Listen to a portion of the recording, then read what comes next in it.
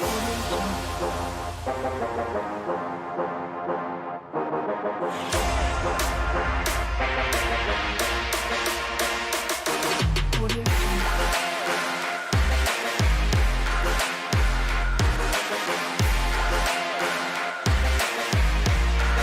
Chicago Network is on the air. Hello, everybody. I'm Ryan Yannishatis, and it's time to focus. And today we're focusing on the Chicago Blackhawks, who have, of course, this season's been just a whirlwind of once again just trying to get to that next level, and it just seems like when there's one step forward, they take another one back. Let's start off what took place on the 24th. They lose to the Lightning of a final of 4-3. I believe the Blackhawks might have even had a 3-1 lead in this game. All of a sudden, nothing after that. Lightning come back. Of course, this is the team that won back-to-back Stanley Cups. I believe it was 20 and 21.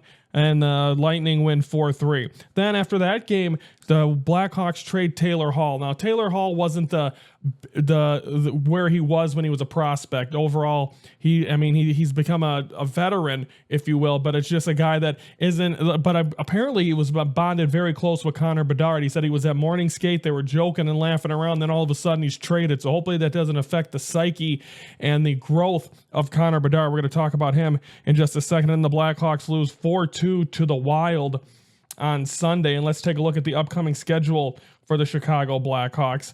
It goes like this. Of course, they will be at the Lightning tonight at 6 p.m. Then Thursday at the Hurricanes, at the Panthers on Saturday before they are off until Wednesday when they go back to the Madhouse and welcome in the Edmonton Oilers. So the trade, and I mean, we'll see what happens at the end of it all. And I mean, it's just a lot of hoopla right now when it comes to the Chicago Blackhawks, and if it's going to work out, we're just hoping Connor Bedard is going to be the leader of this team. And of course, trading a guy like Taylor Hall, who I thought they would have been a very good combo together.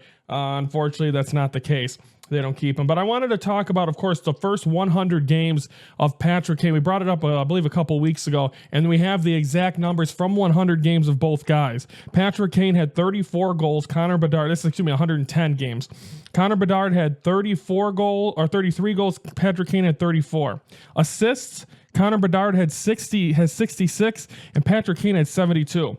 And then total points for Patrick Kane after 110 games, 106. Connor Bedard has 99. So if you look in that ballpark right there, these two guys are eerily similar. And of course, Patrick Kane, once they built everyone around, I know Taze came with him and everything kind of fell into place for that team to win 3 Stanley Cups. But I mean, this is a start of something. So everyone that says that, oh, maybe Connor Bedard isn't going to be the guy, then I think they just need to pump the brakes a little bit and let this kid be able. And first, they've got to be able to build something with him. Of course, they're going to be going through a new head coach and all that kind of stuff as well. So just kind of weather this storm right now for the Chicago Blackhawks. But as of right now, I mean, when you see that the guy that one of the kingpins, one of the main guys of the Stanley Cup run, basically identical stats if you want to talk about that. And of course, right now the Blackhawks, if you want to look at it, they are 9th. They are 1 point from ahead of the worst record in the Eastern Conference or the Western Conference. Blackhawks are 15-29-5 with 35 points.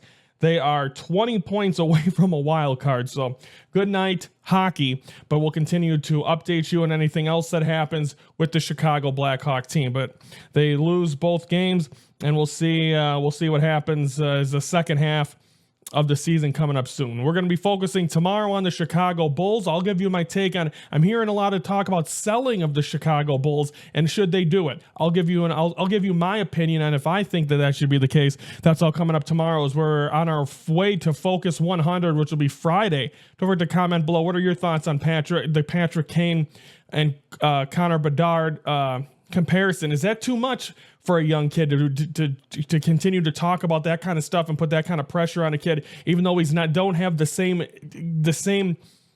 built success or built to succeed, if you will, like Patrick Kane did, and all those guys coming together. So we shall see how that goes for the Blackhawks. So again, they have one of the worst records, so we're just trying to weather the storm through the rest of the season. Because like I said, I'm not going to put myself through bad sports. I'll try my best to get the news I can out of hockey, but when hockey's the fourth sport, I'll try my best to bullshit my way through it, and hopefully we start seeing starting next year, this team really start to shine where I'm forced to watch it because they're so good. No Chicago team makes me do that. I mean, the Bears because it's one game a week, the Cubs because they're my team.